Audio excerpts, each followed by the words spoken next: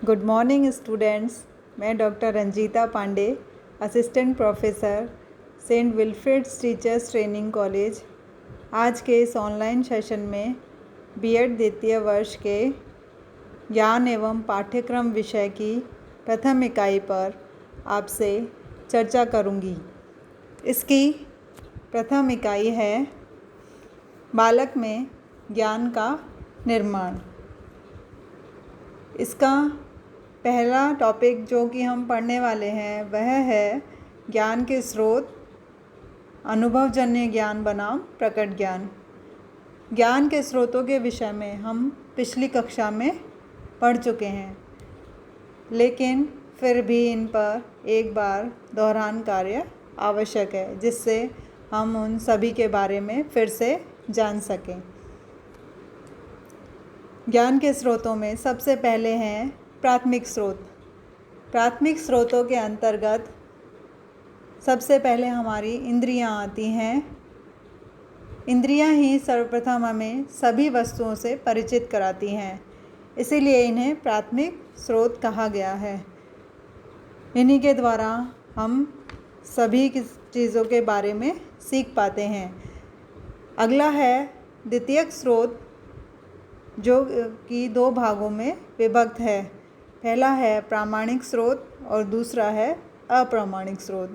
प्रामाणिक स्रोत के अंतर्गत हमारे वेद, पुस्तक, उपनिषद, धार्मिक ग्रंथ, जो भी चीज़ें हैं जो कि ऑथेंटिक हैं यानी प्रमाणित की गई हैं, केवल वही चीज़ें प्रामाणिक स्रोत के अंतर्गत आ सकती हैं। दूसरा है अप्रामाणिक स्रोत, जिसमें है अनुभवजन्य ज्ञान। अनुभवजन्य ज्ञान जो है वह प्रमाणिक नहीं होता है, क्योंकि सभी परिस्थितियों में सभी का अनुभव एक जैसा नहीं हो सकता है। अनुभव सभी लोगों का अलग अलग हो सकता है। दूसरा है इंटरनेट से प्राप्त जानकारी। आजकल हम देखते हैं इंटरनेट से प्राप्त सभी जानकारी ज़रूरी नहीं है वो प्रमाणिक ही हो, इसीलिए उसमें कई बार हम देखते हैं नीचे लिखा हुआ होता है फुट नोट के वहाँ नॉट ऑथेंटिकेटेड। तो ज़रूरी नहीं है गूगल पर जितनी भी जानकारी हमने ली है, इंटरनेट से जो भी जानकारी हमने ली है वो प्रमाणिक हो। अगला है परंपराओं एवं कथाओं से प्राप्त ज्ञान। हमारे जो बड़े बुज़ुर्ग हैं वो हमें परंपराओं के द्वारा बहुत कुछ सिखाते हैं, और यही परंपराएं और उनके द्वारा सुनाई गई कथाएं हमारे लिए ज्ञान का स्रोत बन जाती हैं। कई कथाएं ऐसी भी होती हैं जिन्हें हम पुस्तकों में पढ़कर ही उनके बारे में जान जाते हैं। तर्क, चिंतन एवं बुद्धि। तर्क, चिंतन एवं बुद्धि के द्वारा बुद्धि भी हमारे ज्ञान का स्रोत हो सकते हैं। चिंतन मनन हमारे साथ हमेशा चलता ही रहता है, और बुद्धि द्वारा हम उन चीज़ों को एक जगह स्थायी रूप से इकट्ठा कर लेते हैं, इसीलिए इनको भी ज्ञान का स्रोत कहा जाता है। अंतर्दृष्टि अथवा अंतःप्रज्ञा। अंतर्दृष्टि का अर्थ है यकायक किसी समस्या का हल पा जाना। अंतर्दृष्टि के विषय में आप लोगों ने मनोविज्ञान विषय में भी पढ़ा होगा। अंतर्दृष्टि के द्वारा हम किसी विकट समस्या में होते हैं तो हम गहन सोच के द्वारा अचानक उसका हल पा सकते हैं। अगला है सामाजिक एवं अंतर्राष्ट्रीय अंतःक्रिया। सामाजिक एवं अंतर्राष्ट्रीय अंतःक्रियाओं द्वारा भी हम बहुत कुछ सीख पाते हैं। हमारे समाज में, हमारे राष्ट्र में क्या क्रियाएं चल रही हैं, क्या चल रहा है, इसकी जानकारी हमें प्राप्त हो सकती है। अतः इन्हें भी ज्ञान का स्रोत कहा जाता है। आज हम अपनी इकाई का जो प्रथम टॉपिक है अनुभवजन्य ज्ञान बनाम प्रकट ज्ञान को पढ़ने जा रहे हैं। अनुभवजन्य ज्ञान हमें वातावरण से अनुभव प्राप्त करके ही मिलता है। यह जो ज्ञान है वो दार्शनिक सिद्धांत पर आधारित है। अनुभव हमें हमारी इंद्रियों के द्वारा ही प्राप्त होते हैं। इंद्रियों को ज्ञान का प्रमुख माध्यम माना गया है।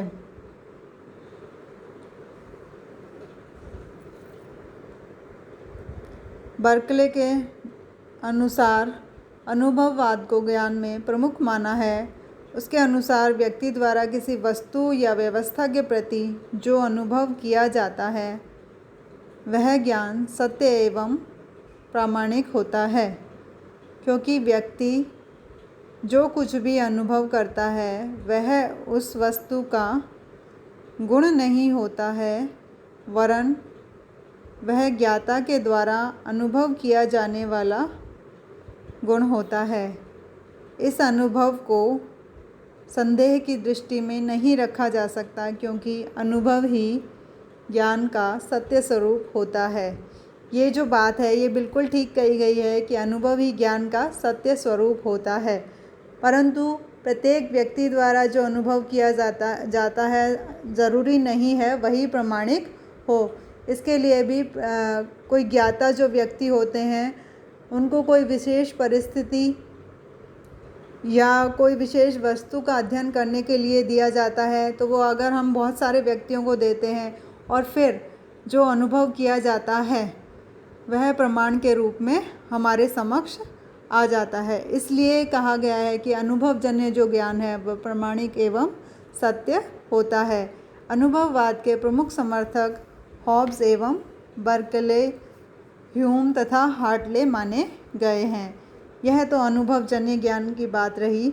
अब हम आगे पढ़ेंगे प्रकट ज्ञान, यानी प्रकट किया गया ज्ञान। यह जो ज्ञान है वह विश्वास पर आधारित होता है। प्रकट या उद्घाटित ज्ञान को रहस्य या दैवीय ज्ञान की प्रक्रिया के रूप में स्वीकार किया जाता है। जैसे हम वैदिक काल में वेदों को आधार मानकर समस्त क्रियाओं का संचालन करते थे, क्योंकि यह माना जाता था कि वेदों में समस्त ज्ञान निहित है। वेद जो हैं हमारे ज्ञान कोश हैं, इसलिए वैदिक काल में वेदों का जो ज्ञान रखते थे उन व्यक्तियों को भी ज्ञान का स्रोत माना जाता था। इस विषय में प्रोफेसर एस के दुबे लिखते हैं कि उद्घाटित ज्ञान का आशय उस आंतरिक ज्ञान से होता है जो कि गोपनीय तथा दैवीय तथ्यों, धार्मिक ग्रंथों तथा विविध विचारधाराओं से संबंधित होता है। हमारे जो विविध धर्म हैं, विभिन्न प्रकार के धर्म हैं, उन ज्ञान ग्रंथों में जो भी आता है वह भी उद्घाटित ज्ञान की श्रेणी में ही माना जाता है। इसीलिए प्रकट ज्ञान के लिए कहा जाता है कि यह जो ज्ञान है वह पूर्णतः परंपराओं, मूल्यों, आदर्शों एवं दर्शन आदि विचारधाराओं से संबंधित होता है। अब एक बार हम इन दोनों में अंतर या समानता जो भी हम कहना चाहें उस पर चर्चा कर सकते हैं। अर्थ के रूप में देखिए, अनुभवजन्य ज्ञान से तात्पर्य किसी औचित्य के लिए साक्ष्यों की आवश्यकता से है। किसी औचित्य के लिए यानी किसी विशेष कार्य के लिए हमारा कोई उद्देश्य होगा तो उसके लिए हमें साक्ष्यों की आवश्यकता है, उसके लिए हम अनुभव प्राप्त कर रहे हैं, तभी वह प्रामाणिक हो पाएगा। अगला है प्रकट ज्ञान। प्रकट ज्ञान वास्तविक रूप में साक्ष्यों की खोज में निष्कर्ष रूप में होता है, यानी हम उसके लिए साक्ष्य जुटाते हैं, यानी हम सबूत जुटा रहे हैं उसके लिए। अगला है अनुभवजन्य ज्ञान हमारे भौतिक अनुभवों से प्राप्त होता है। भौतिक यानी बाहरी रूप से हम उसको प्राप्त कर पाते हैं, और प्रकट ज्ञान जो है हमारी आत्मिक चेतना द्वारा प्राप्त ज्ञान है। इसका अर्थ है हम आत्मिक रूप से आंतरिक मन से इस ज्ञान को प्राप्त करते हैं। अनुभवजन्य ज्ञान मानता है कि आभासी अनुभव मान्य एवं उद्देश्यों के रूप में हो सकते हैं, और प्रकट ज्ञान मानता है कि धार्मिक अनुभव वैध एवं उद्देश्यों के रूप में हो सकते हैं। अनुभवजन्य ज्ञान को वैज्ञानिक ज्ञान के हम समरूप कह सकते हैं, लेकिन वैज्ञानिक ज्ञान है यह नहीं कहा जा सकता है। इसलिए वैज्ञानिक ज्ञान विभिन्न विधियों के अभ्यास का परिणाम है, यानी इसके लिए हमें बहुत विधियों का अभ्यास करना पड़ता है, जब जाकर हम किसी भी वस्तु या परिस्थिति के विषय में जो अनुभव हमने प्राप्त किए हैं उनको हम प्रामाणिक एवं सत्य कह सकते हैं। धार्मिक ज्ञान भी धार्मिक विधियों के अभ्यास के परिणाम स्वरूप प्राप्त होता है, तभी हम उसकी सारी जानकारी आगे सभी को दे सकते हैं और ज्ञान का स्रोत बन सकते हैं। 20वीं अनुभवजन्य ज्ञान के लिए कहा गया है, 20वीं सदी के सबसे लोकप्रिय सिद्धांतों में एक यह है कि यह ज्ञान विश्वास में निहित होता है, और जो प्रकट ज्ञान है उसके लिए कहा गया है कि यह ज्ञान अंतः प्रेरणा स्रोत में निहित होता है। यानी जो हमारा प्रकट किया गया ज्ञान है वो हमें आंतरिक रूप से मिलता है, हमारे आंतरिक जो मन है वो इसके लिए प्रेरणा स्रोत है।